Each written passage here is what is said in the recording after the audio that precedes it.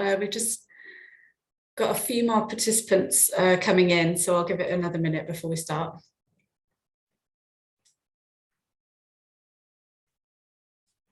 And as more people come in. So welcome everyone. This is the first of our 2 influencing policy webinars. Today we'll be looking at an introduction to policy and practice, and then understanding exactly how policy and law is made and what opportunities there are for practitioners to influence policy. So before we get into it, I'll just introduce myself. I am Amber Connett. I'm Science Policy Officer. I work on our influencing work across the UK and Ireland, and support our country policy groups, who I'll mention a bit later on, and work with our all-party parliamentary group for nature, who I'll also mention later. So the agenda for today: this webinar will begin with an introduction into parliamentary processes for creating and changing policy and law, and then we'll delve into where the opportunities lie for influencing this process, and how environmental organisations are doing just that at the minute. This webinar will mostly focus on the UK system, but we'll also touch on the Irish system in parts as well, and many of the actual practices are applicable elsewhere. There will be a question and answer session at the end, so please do use the Q&A function to submit your questions, and then the chat function to just chat away amongst yourself. I do have my colleague Christy Hamilton monitoring the chat, and I know we also have our country policy project officers in the audience who might be able to help in the chat as well. This webinar will be recorded for our website, and the slides will be shared so you can access the linked resources throughout the presentation. So let's jump in. First, what is the difference between policy and legislation? So legislation sets out the law, which must be followed by everyone, so people, organisations that it relates to. Otherwise, they risk penalties such as fines or criminal charges. A policy, however, is designed as a course or principle of action adopted or proposed by an organisation or individual. So not necessarily criminal charges, but a general course of action. These 2 instruments do work closely together. A policy must follow the law, but it can also be used to implement requirements of that law, and vice versa. A new law may be introduced to enforce the principles or actions set out in a policy. Some of the images on screen here are just to highlight a few examples of policy and law in the UK. So we have the Wildlife and Countryside Act, which is a law that protects all birds and other species in the UK. And then on the other side, we have planning policies such as the National Planning Framework in Scotland, which directs the development of our land. So who is involved in making policy and law? There are 2 main organisations involved in creating and changing legislation and implementing policies. These are the Parliament and the government in the UK. So the UK Parliament is made up of members of Parliament, MPs, and peers from the House of Lords. In the general election, MPs are elected to represent their local area and/or constituency and ensure that their voices are taken into account. In Scotland, each citizen is represented by 8 representatives, 1 for their constituency and 7 regional. Similarly, citizens in Wales and Northern Ireland are represented by 5 representatives. Peers, on the other hand, so in the House of Lords, are usually appointed because of their achievements and experience and have a seat for life in the House of Lords. The UK government consists of the Prime Minister, who is the MP appointed as the leader of the party with the winning majority in the election. It also has ministers who are appointed by the Prime Minister and are usually MPs, but can also be peers. And then finally, you have civil servants who are not elected, but work in government departments. The government is responsible for running the country, which includes setting the spending budget and developing and implementing policies. The government can also implement new legislation, but this can't be passed without Parliament agreeing to it. So Parliament's role is to hold government to account by scrutinising its actions through questioning and inquiries, usually run by committees. And it can also debate new or proposed, new or amended legislation and offers amendments to improve it. So non-government MPs can also introduce draft law for discussion, which is known as a private member's bill. but these rarely become law due to the majority if it goes against the government line. In the Republic of Ireland, the setup is very similar. So there's 3 main authorities, and I will try and pronounce the words right.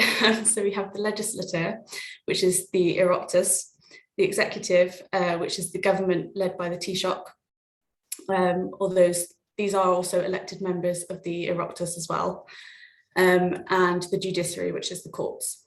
The Oireachtas consists of the President of Ireland and 2 houses. So we have a lower house, Dáil Éireann, and an upper house, the Seanad Éireann.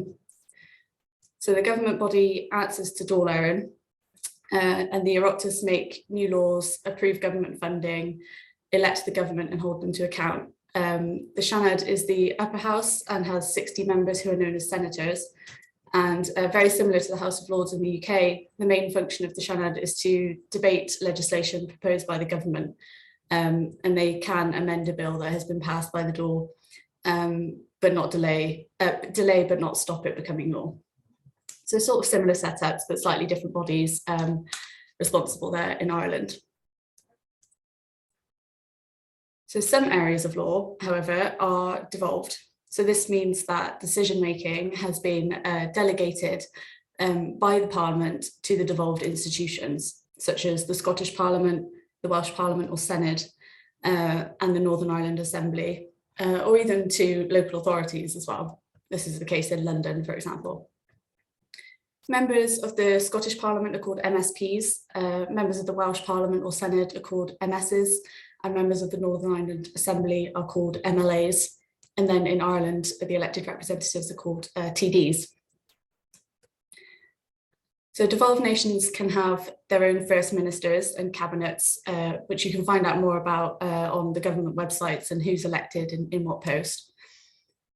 Devolved matters do generally differ slightly across the nations, but many are consistent, including those relevant to SAIM. So our agriculture, forestry, fisheries, and environment more generally, as well as planning and education. Devolved nations, this means that they can make new legislation on these areas. Reserved matters, however, are decisions that are still taken by the UK Parliament at Westminster. So, for example, trade policy and foreign affairs, defence and immigration. The UK Parliament at Westminster does retain power to legislate on any matter, but the convention of devolution is that the UK Parliament won't normally legislate on devolved matters without the consent of the devolved Parliament. So the link on screen, there's a summary of reserved and devolved matters, which goes in for all the different devolved nations. But I do have an example here on screen, which is taken from the British Ecological Society Scottish Policy Guide 2021, which is linked up there, and it provides an example from Scotland. So the devolved matters, we have the environment and agriculture, as was mentioned, and housing. And then on reserved matters, we have immigration, foreign policy, trade and industry. And that's just a reference there to the paper. So you have to bear with me for the next few slides because these are a bit detailed, but they do have a purpose at the end. So we'll delve into sort of how a new law is developed and the actual process it goes through.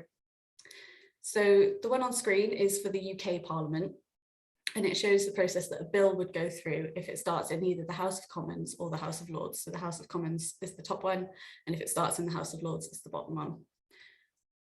If the bill were to start in the Commons, it would take the following path. So the first stage would be the first reading, which doesn't have any debate, it's just a reading of the bill. The second stage is the second reading, which is the first opportunity for MPs to really debate the main principles and the purpose of the bill. At the end of this debate, the Commons votes on whether it should progress or not. It is possible not to have a debate at this stage, as long as MPs agree to it, but I believe it's usual that there will be a debate.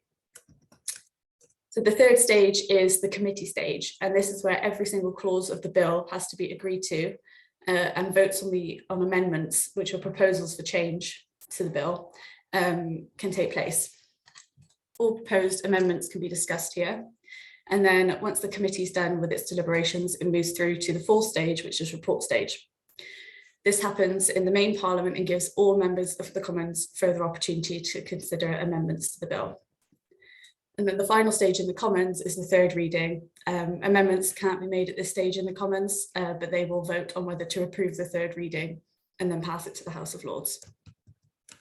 Again, the first reading in the House of Lords has no debate, but at the second reading, the government minister, spokesperson or member of Lords responsible for the bill will open the second reading debate. Any member can speak in the debate, so it's a really good indicator of members who will be interested in the bill and who are more likely to be involved in the amending stages later on. The next stage is the committee stage in the Lords, and as in the Commons, they go through every clause of the bill and agree to and vote on amendments. In the report stage, again, line by line examination of the bill takes place, and any member of the Lords, not just the committee, can take part in this.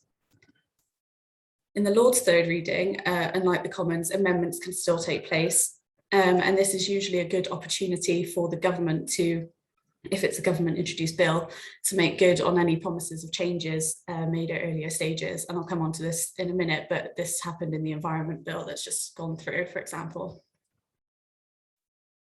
Next, there'll be a consideration of amendments. So when a bill has passed through its third reading in both houses, it returns to the first house that it started in, for them to consider any amendments that happened in the second house. They must either accept them or make further proposals and send them back to the other house. And it may go back and forward in this stage until they reach an agreement. And this is known as parliamentary ping pong, which you may have heard thrown around a lot for the Environment Bill. So if in exceptional cases, if the two houses don't reach an agreement, the bill can fail at this stage. But also, if certain conditions are met, then the Commons can use the Parliament Acts to pass the bill without the consent of the Lords.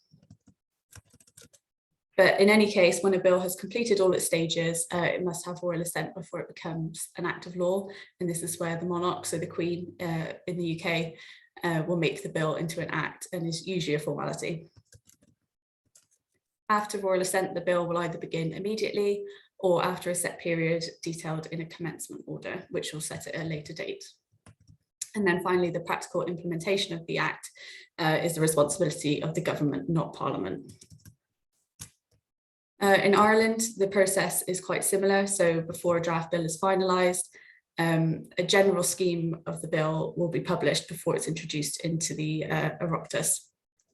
This undergoes scrutiny by a committee before the text of the bill is finalised. And then also here, the relevant committee may invite outside stakeholders to participate in this scrutiny. At the end of this pre-legislative scrutiny, the committee will produce a report with recommendations for the bill. And then it goes through the 5 stages in both in the Dáil and the Seanad before it can be enacted. So when a bill is presented, it's automatically added to the order paper and proceeds to the second stage in Ireland. But when a member seeks to introduce a private member's bill, the House may not grant them permission to. The second stage, the general principles of the bill are debated, and members are allocated a certain amount of time to make a statement on the law the bill would create. And they may also suggest other provisions that they would like to be included in this bill. At the third stage is similar, the committee stage, where it's examined section by section and amendments can be made here as well. But before committee stage, a member who wants to change a bill must put down their amendments, and then they're called on to discuss these with the minister. And the minister can then say whether he or she accepts the amendment or not. And then if they disagree, if the member disagrees with the minister's decision, they can call for a division. So then we move to report stage, where amendments are considered, very similar to the UK process, by the entire Parliament. And then the final stage, where the bill is passed by the House. Members usually make a short statement on whether the bill would constitute good law. And then it's sent through to the President of Ireland, who would sign it into law there, and it's added to the statute book. So we'll just have a very quick look at the processes in the devolved nations, because while there's a lot of similarities, there are a few key differences to the UK Parliament as well. Sorry if you can hear the plane going overhead. So in Scotland, they have a pre-legislative consultation stage. So in order to share the power of influence in policy, Parliament and interested individuals and groups are consulted on about the proposed legislation before it even becomes a bill. similar to that in Ireland, and I'll come on to the UK as well. The outcome of the consultation here must be attached to the draft bill, so any views or opposition is really open and public at a very early stage. And then in stage 1, the bill is sent to a parliamentary committee for consideration, and the committee writes a report, and then the Parliament will consider the general principles of the report and of the bill and the committee's report together. In stage 2, it goes through line-by-line scrutiny, which can be either by a committee, by the whole Parliament, or a combination. And then this is where amendments start to happen in the Scottish process. Stage 3, the bill is considered by the whole Parliament here, and amendments can still be made at this stage, and also up to half of the sections of the bill can be referred back to stage 2 if there's still need for further consideration. And then at the end of this, the Parliament will vote on the bill and whether it can proceed. Once the bill has been passed, there's a 4-week period where it may be challenged by the Advocate General, the Lord Advocate, or the Attorney General, or even by the Secretary of State for Scotland. So this would normally occur if the bill is deemed to be outside the legislative competence of the Scottish Parliament, so not a devolved matter, or it would adversely affect reserved matters, or if the Parliament wishes to reconsider the bill. So this also takes place in the other devolved nations before royal assent as well. In Wales, similar to Scotland, it involves consideration, stage 1 consideration of the general principles of the bill by a committee, followed by agreement to the general principles by the Senate. The committee may also invite representations from interested parties here as well.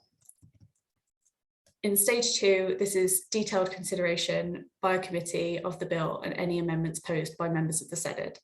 Any member can table amendments to the bill, and there's no limit to the number of amendments that can be tabled. However, only committee members may actually vote on the amendments at this stage. In stage 3, this is where the Senate as a whole consider the bill and any amendments proposed by the members of the Senate.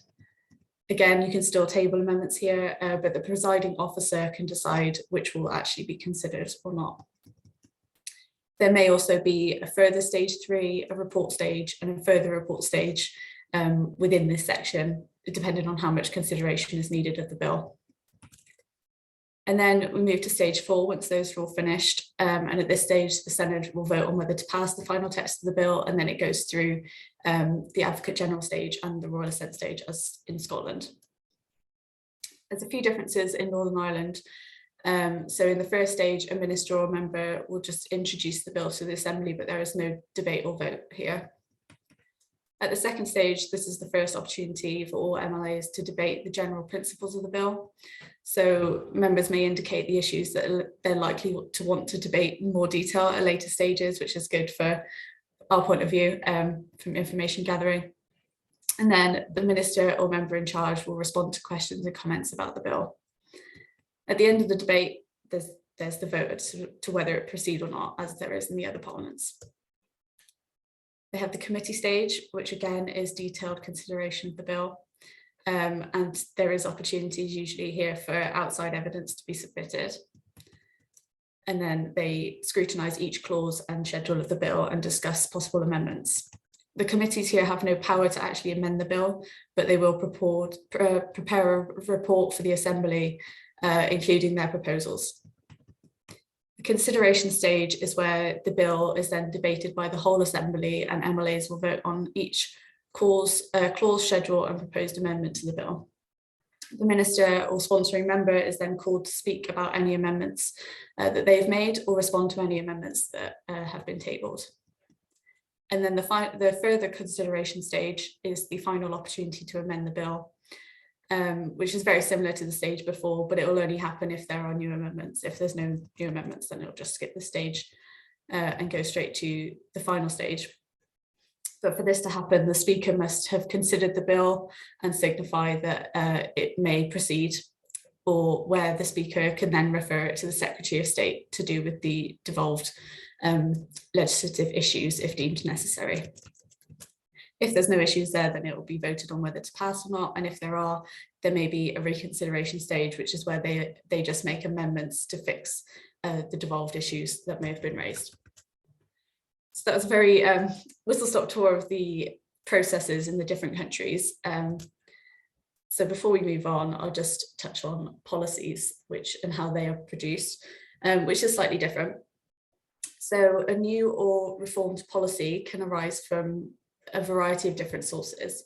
So it can come from departmental advice to ministers, political advice from special advisors, directions from cabinet or direct from the minister, pressure from stakeholders, and in response to public pressure about issues that are arising. When a government department is considering a new policy, it will often release a consultation document called a green paper. So these are published on their websites, and it's aimed at encouraging debate and feedback from other departments, MPs and members of the public.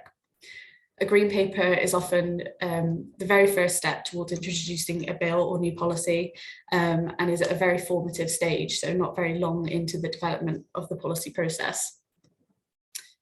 Following the publication and discussion of the green paper, or instead of a green paper, the department may release a white paper, which will also be published publicly on their websites, and it's a more detailed and formalised version of the green paper or policy that they've been formulating. This often directly forms the basis for a bill to be introduced into Parliament, or the policy, almost as it will be written. Obviously, it depends on the feedback. So invitation for comments on these might be to select groups of stakeholders, but are often open for public consultation, and many different types of people will respond. There'll be people with general interest, organisations that are related to the topic, and as I mentioned, other members of government will also respond, and statutory bodies as well. So that was an in-depth tour of that. So what does all this actually mean for how you as a practitioner can influence policy? So the key stage of influence can really be split into two sections.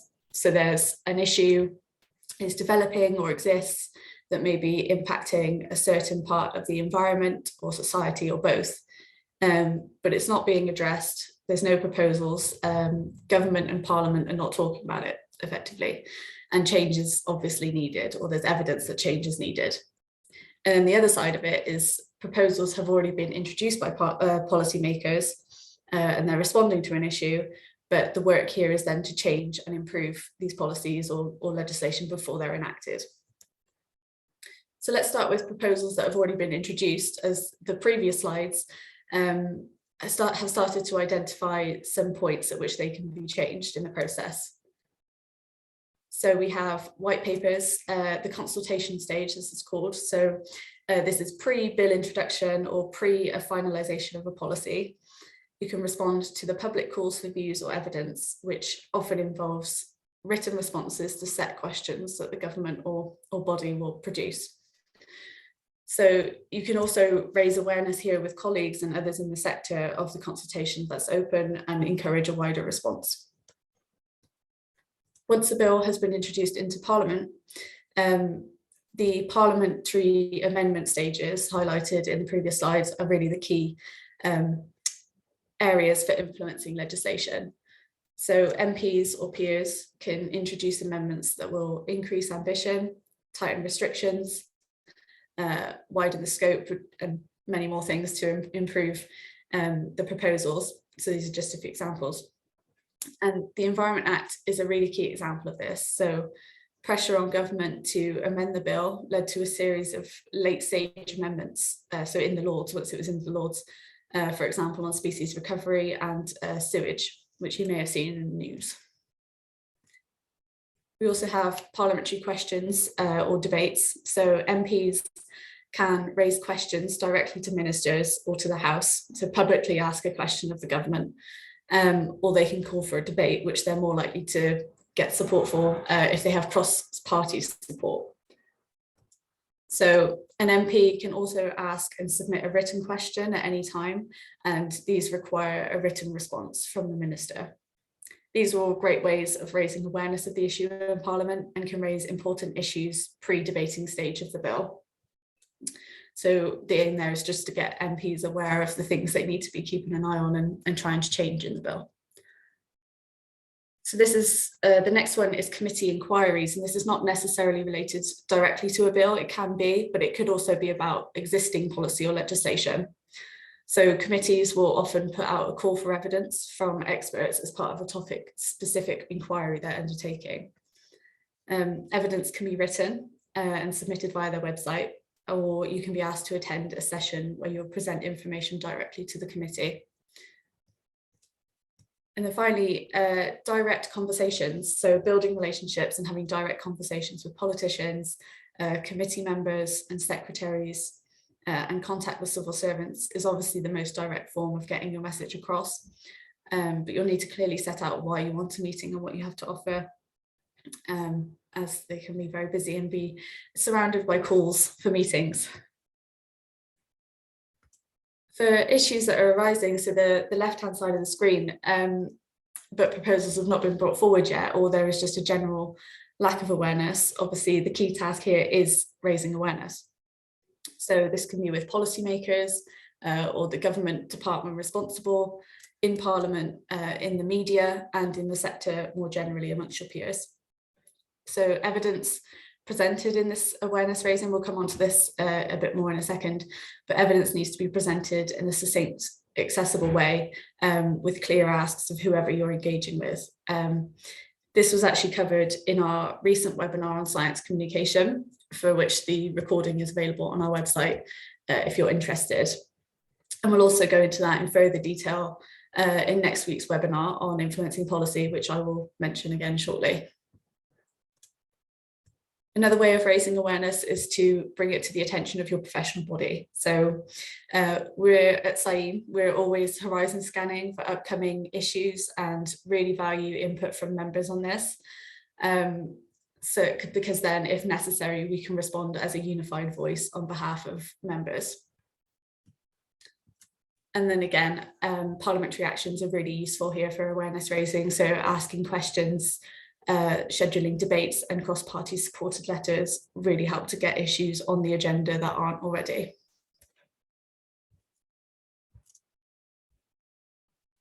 So there are many ways you can actively influence using the key stages outlined in the last slide.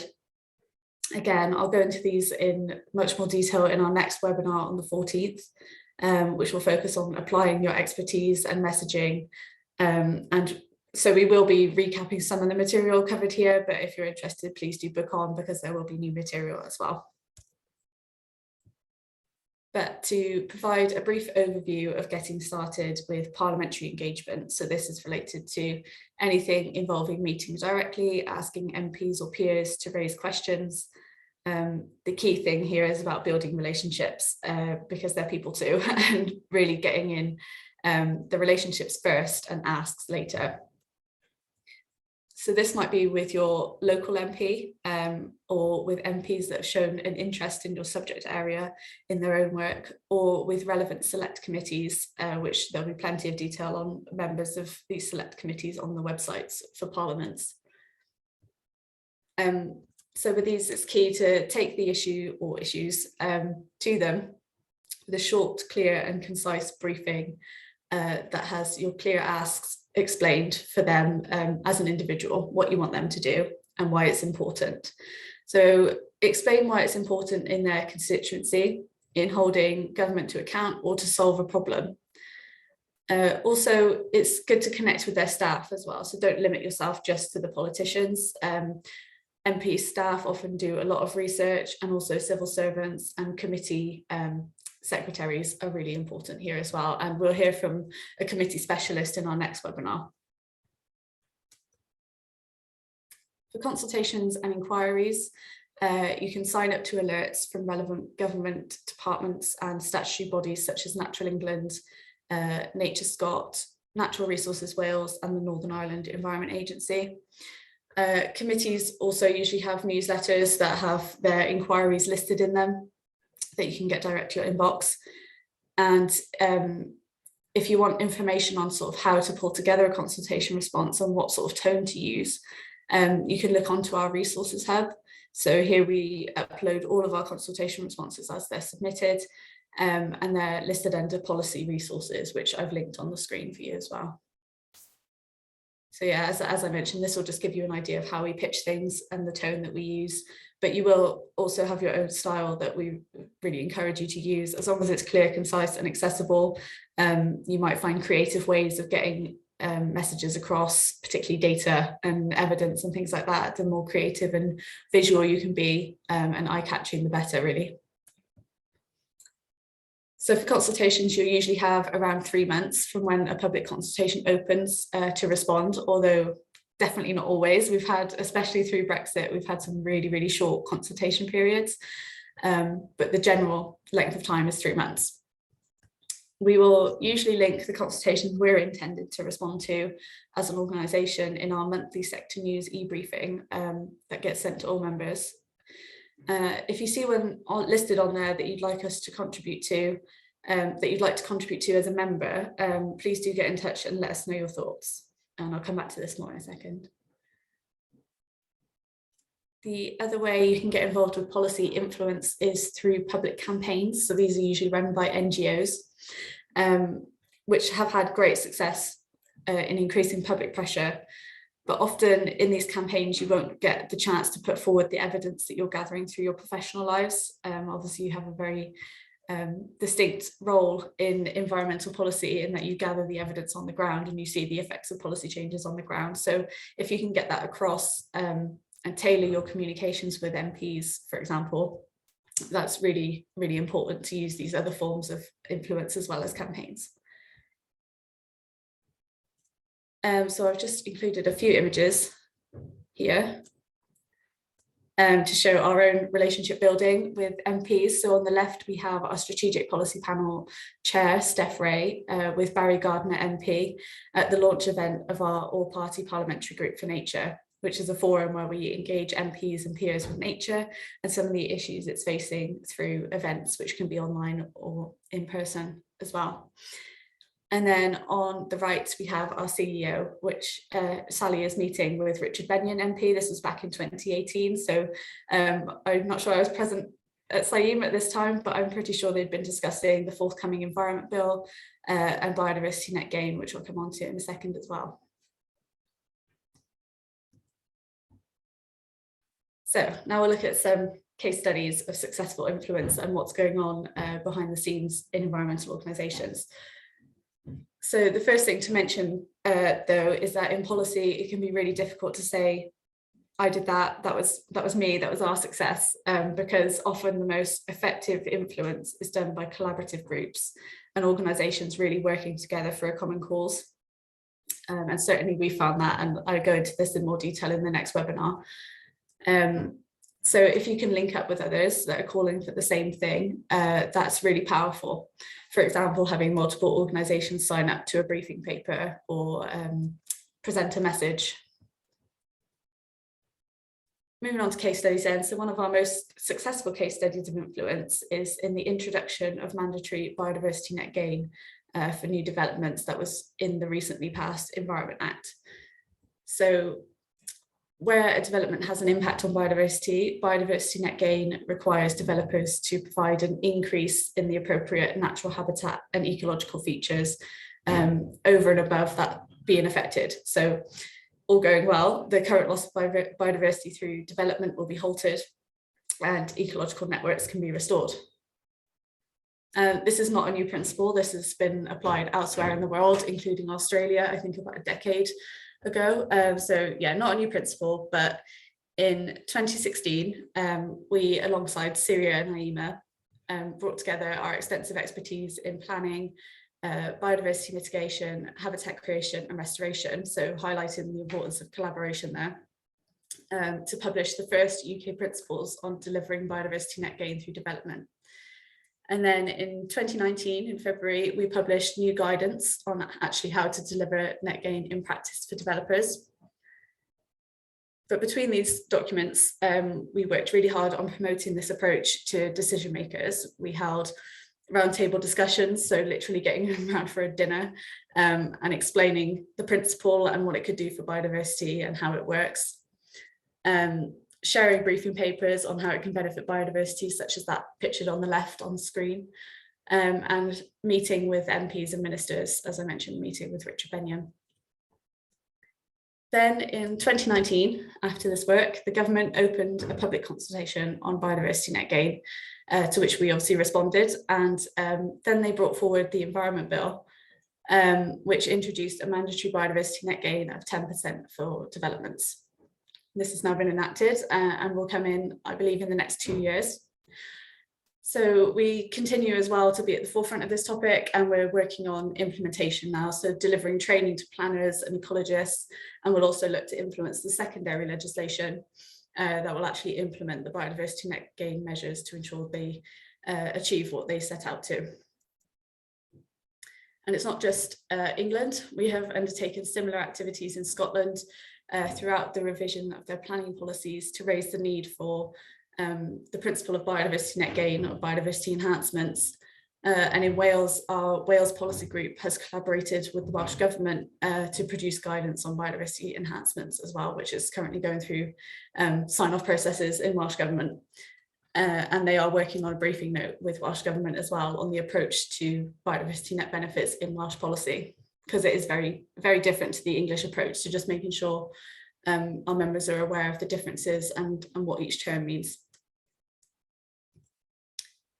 So some more examples. The first one, we're going way back, which relates to the establishment of national parks and shows how a combination of public calls for change, so public pressure, and working groups of experts can result in successful changes in legislation.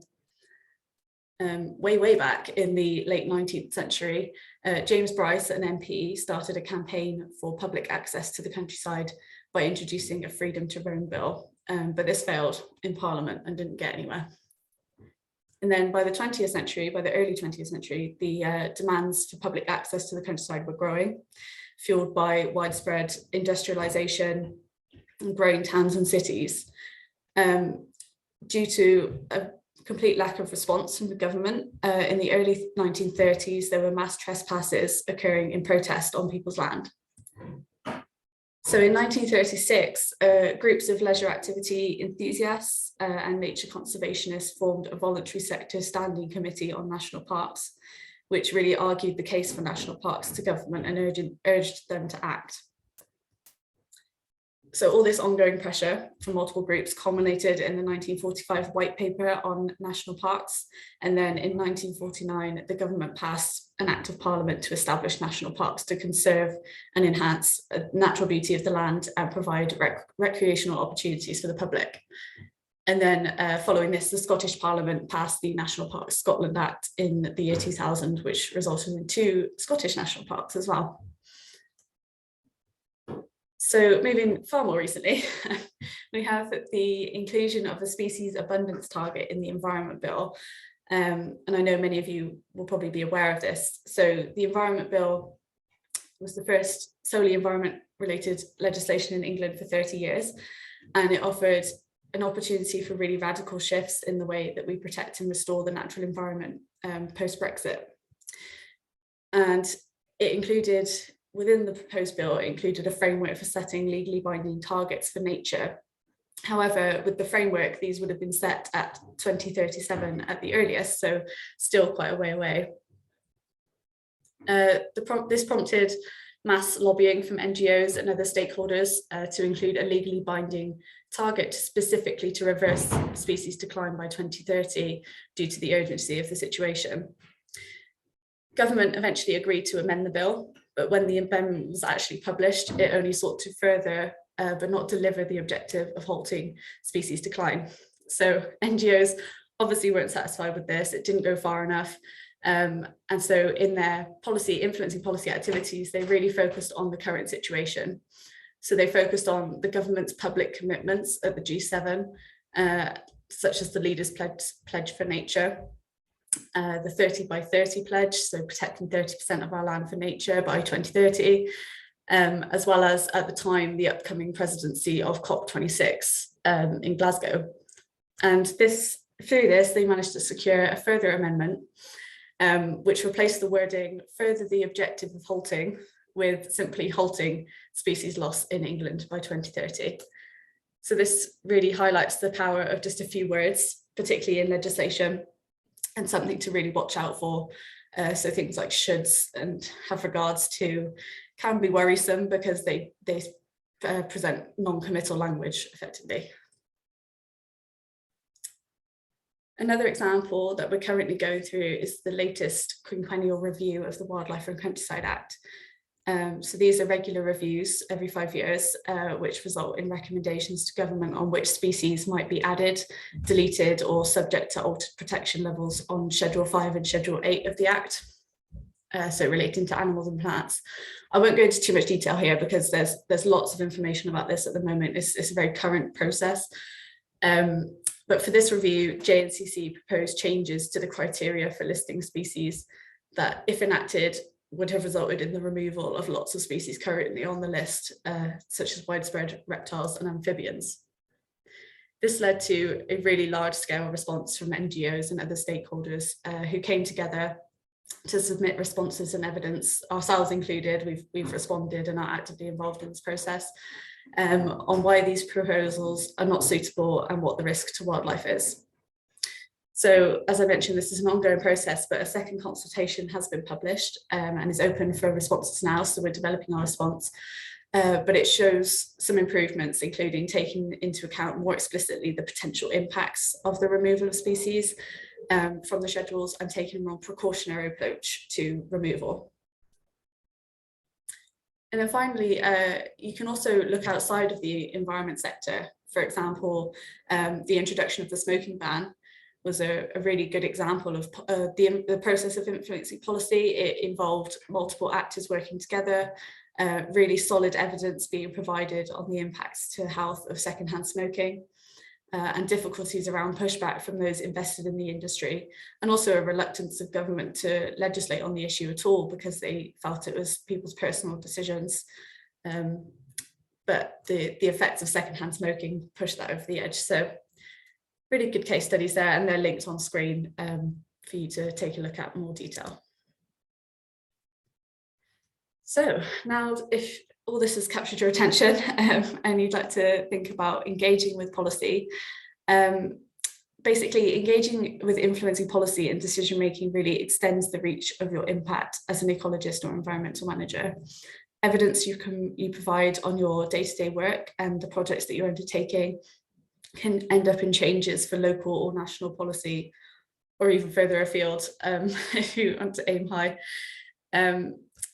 So if you're looking at it as a career, lots of organisations have dedicated roles, including SAIM. So NGOs often have whole teams dedicated to advocacy and campaigning. At SAIM, we have myself, so I'm the policy officer.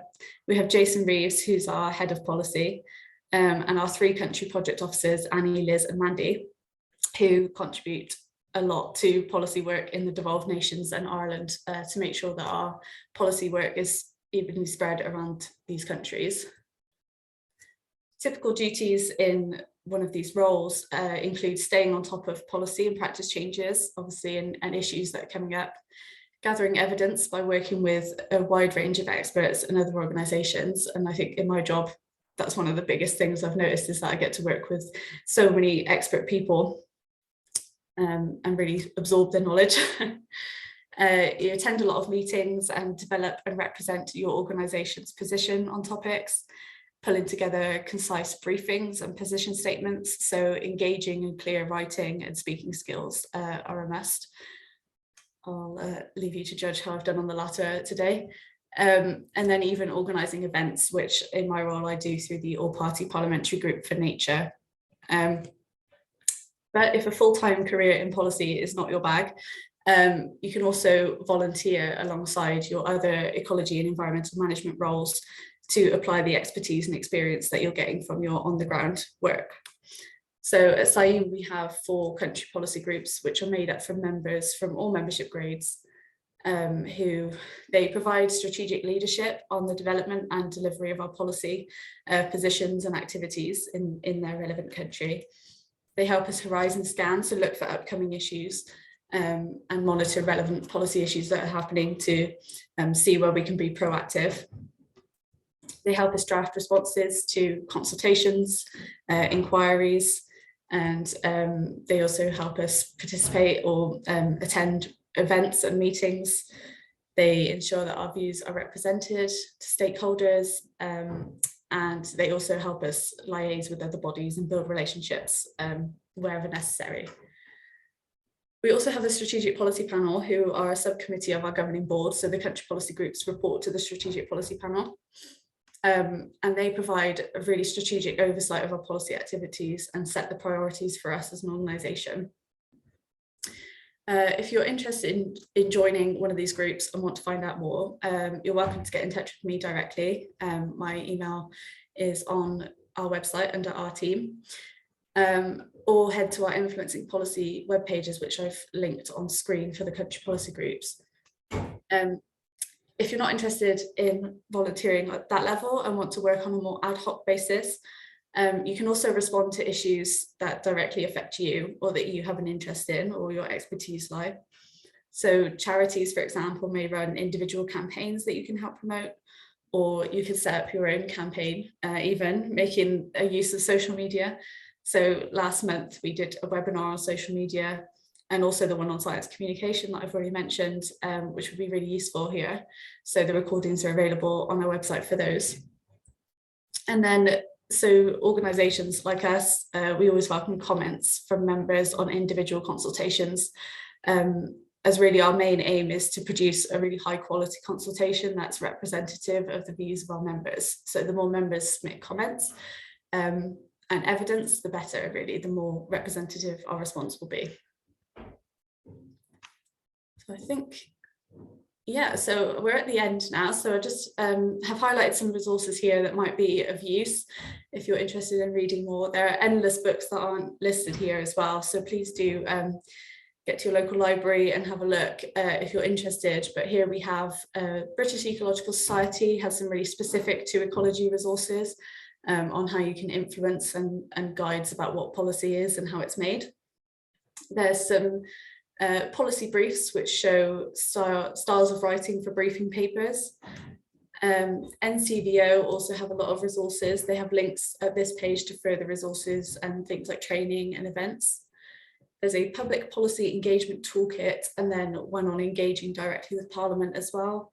And then you have our influencing policy web pages, which offer more information on what we do and how you can get involved. And also not linked here, but on previous slides is our resources hub, which has all our examples of policy work in there. So now we move on to questions. We've got plenty of time for questions, I think. So yeah, we've got about 10 minutes. So if you'd like to put them in the Q&A, I think my colleague Christy is going to help me look through them. Yes, hello Amber, can you hear me? Hi Christy, yeah. Hello, brilliant, thank you. Yes, so we've got some questions coming in. Sarah just asks if it's possible to have a copy of the slides, as it's been a really useful overview. Oh yeah, no problem. These will be sent directly to anyone booked, and then they'll be uploaded on the website as well. Fab, thank you Amber. Orla asks, do you have a link or email to sign up to government agency consultations? Yeah, so it depends where you're based, because there's lots of different ones and lots of different departments within governments as well. So it will really depend on what department you're interested in. I think the best thing to do would just be to Google that government, and then within the website there's links to all the different departments, and you can sign up to their newsletters there. Fab, thank you. Pete asks, what is secondary legislation? Oh, that's a good question. As I was saying it, I realised I hadn't really described what it was. So secondary legislation is introduced after the introduction of the main bill, and it can be used to make amendments to that act or implement parts of that act. So with the Environment Bill, that's what we're really gearing up towards now, is the introduction of all the secondary legislation that will implement specific parts. So the Environment Bill is it's a framework bill, and it just sets up the processes for how these things will be implemented, whereas the secondary legislation will be much more detailed about each part of these processes. So biodiversity net gain, the target setting as well, that will come out of the target setting framework in the bill. So I don't think that's a great definition, but that's my understanding of it. Thanks, Amber. Okay, so a couple of questions in the Q&A. Nicola asks, do many bills start in the House of Lords? It's a good question. I don't know exactly how many compared to the House of Commons. I think it's more often that bills will be introduced by government in the House of Commons. I think the Environment Bill may have started in the Lords, possibly because one of the main ministers on the Environment Bill is actually a peer in the Lords. But I think it's more common that they start in the House of Commons. But again, the process will be the same and they'll go through each stage, whichever house it starts in, unless the bill fails at any stage. Brilliant, thank you. So we do just have one question left. But yeah, if anyone's got a question, please do pop them in now. So question, can you explain how the committees are convened that review the bills line by line?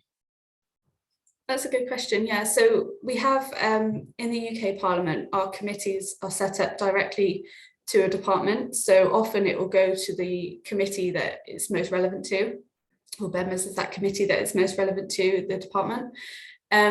Otherwise, it can be a mix of committees as well. So say if it's a piece of environmental legislation, we actually have an environmental audit committee and an EFRA committee. So it might be a mix of members of those, or it might be from a planning committee, etc. So it's usually relevant people to the bill.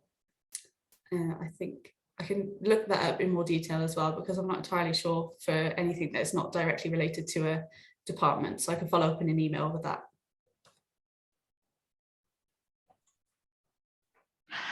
Brilliant, thanks, Amber. So a few more questions have come in.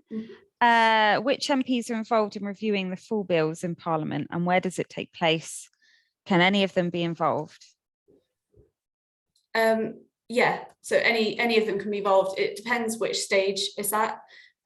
So there'll be different opportunities to get involved at different stage. But yeah, there's always a stage where anyone can be involved in that. So if I answered that fully. Yep, I mean, I'm not an expert, so I have no idea. So Orlis asks, what mechanisms have you found to be most effective in terms of influencing? That's a good question, actually, and it sort of links to what I said about it's really difficult to monitor exactly your successes and who did what, because it's usually a wider group of people that have contributed to it. So we have tried to monitor some of our activities to see what would be most successful, and these usually focus around looking at what activities we've done and where our message has been included in a policy. So it might not necessarily be directly because we said it at a certain time, but we contributed to the messaging that was ultimately included in this policy. Personally, I think our most successful influences has been these direct meetings and gathering MPs together and sitting down with them for these discussions. And then also working with other organisations as well. So when we worked with IEMA Syria, those are very big organisations, and together we have a lot of pooled experience and expertise. So yeah, I would say our collaborative work with other groups and really sitting down and getting our name known by these decision makers and sitting down with them. Great, thank you. Just a comment here from Trevor. Thank you, Amber. That was an excellent presentation and very informative. I now have a better understanding of how and why statutory instruments have failed going through the respective houses here in Ireland. Oh, thank you, Trevor. Yeah, it's a difficult process, and there's lots of stages for these bills to get through, and unfortunately lots of opportunities for them to be changed. Well, also fortunately, because they can be changed for the better or dropped. But yeah, no, it's good to get an understanding of the process. Great, thanks, Amber. Lots of questions coming in now. So another one from Pete, just to follow up on the secondary legislation, do they go through the same process in Parliament as the original? Will it take as long to get detail on the Environment Bill implementation? That's a good question, and actually I'm not entirely sure of the answer. So my instinct is yes, they do go through the stages in Parliament for full scrutiny. Will it take as long to get detail on Environment Bill implementation. I think the Environment Bill was a particularly drawn out process, and a lot of the measures being brought in the Environment Bill have deadlines for the next 2 years or so, and the Environment Bill actually took 3 years from the point of the first consultation, so not even development, to getting in as an act due to lots of different delays. So hopefully it'll be much quicker to get the detail, but I will include that in my follow-up email about the process of secondary legislation as well. Thanks, Amber. A couple of questions from Civi. Well, first a comment, skimming parts 6 and 7 of the Environment Bill, I noted that they have kept in the give regard to weaker wording in parts. Yes, yeah, unfortunately the Environment Bill had a lot of improvements to it from when it was first introduced to when it was signed into law, but it ultimately wasn't the world-leading environment legislation that it was painted to be by the government by the time it was signed in. Unfortunately, there are still concerns about the independence, for example, of the Office for Environmental Protection, and also exclusions from what the environmental principles relate to in terms of departments. So I believe the Ministry of Defence and Taxation is still excluded from the environmental policies. So yeah, there are still bits that could have been stronger, but that has been passed into law now. Thanks, Amber. Another one from Civi. Given that planners say that this is one of the reasons why the NPPF isn't strong for prioritising biodiversity, do you think there are parts of the new Act that we should watch out for? Re a poor uptake / implementation from planners? Yeah, so the NPPF actually is due a review in the new year, so we're keeping a close eye on planning reforms. There were planning reform proposals that have now been paused and are being reconsidered, but this will go along with a review of the National Planning Framework. So hopefully we'll see some really big improvements there. And I know there's been public commitments to improving it for carbon, but obviously we'll be focusing on improving it for biodiversity as well. Anything to look out for in the Environment Bill? I mean, there's a lot of discussion about biodiversity net gain and how it will be implemented. And I think the big discussion is around resourcing and how it will be monitored. So there's a requirement for the measures put in place as part of a biodiversity net gain agreement to be maintained for 30 years. So how will that be monitored and ensure that that is maintained for the 30 years, and who's going to resource that? So there are still a lot of questions that need answering, and hopefully all will become clear in the secondary legislation that comes out hopefully early next year. Thanks, Amber. Question here, what is your best resource to identify the most appropriate MPs to work with? That's a good question. I think you have to sort of commit to a good research chunk so I do go into this into the next webinar actually, but in developing your contact lists, you have to really look at, so you can look at their websites for the actual MP themselves. Most of them have personal websites that will highlight their key areas of work and any projects they've been involved in. On Parliament, you can search through debates that have happened. So they always have a programme on there for every week. There's a calendar of things that are happening. And if there is a debate that relates to something that you're interested in, or that you'd like to start influencing, you can read the transcripts or watch back on that debate, and you can see what MPs have spoken and what they've said and what issues they've brought up. And that can really identify who would be an ally to you, or you'd like to influence to change their position potentially. So yeah, it really does just take a bit of trawling, and as I said, look at the all-party parliamentary groups that they're a member of. Again, this should be listed on their website or on the Parliament's listing of them as an individual as well. It will be listed there, and also any select committees that they're a member of. So if they're a member of the Environmental Audit Committee or the EFRA Committee, that would indicate an interest in environmental issues as well. Thanks, Amber. Just a comment from Orla to say that she's keen to chat about how we get legally binding targets for Northern Ireland. Can we learn from England?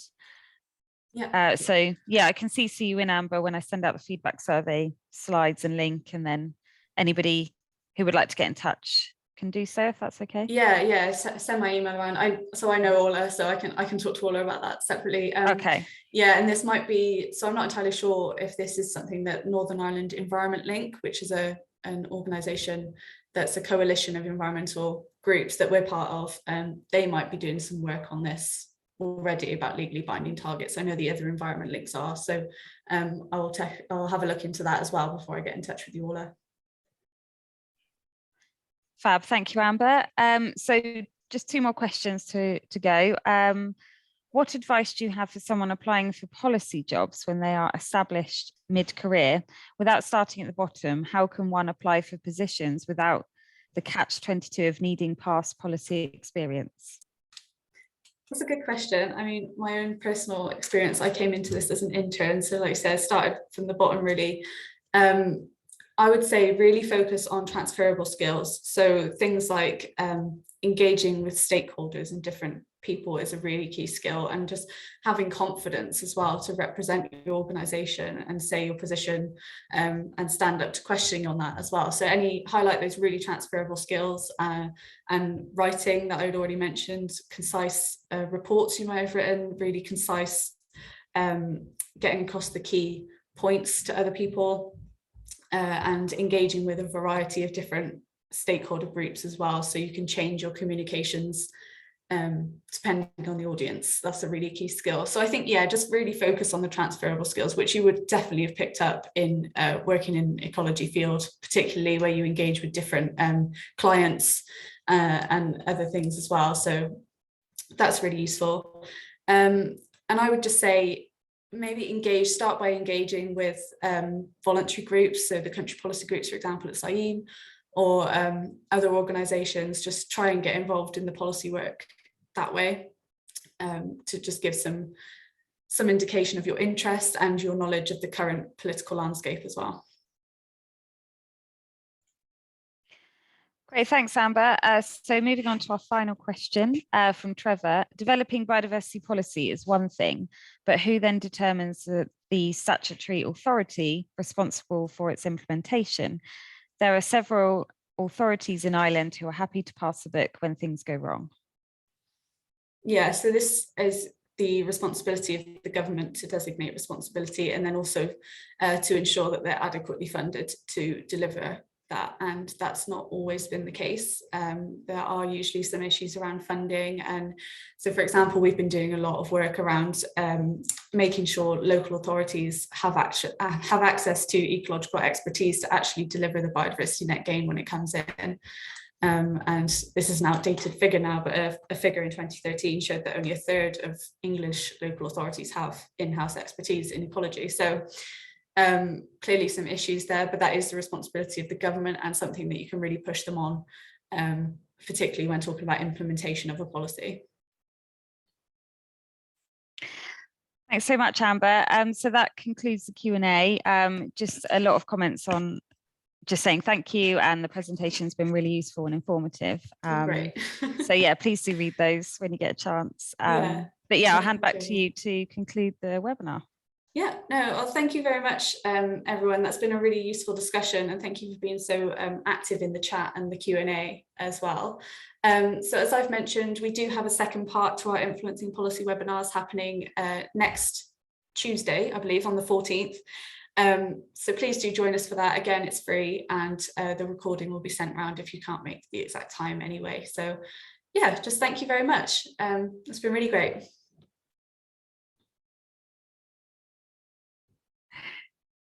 Thanks, Amber. Okay, thanks everyone. Bye.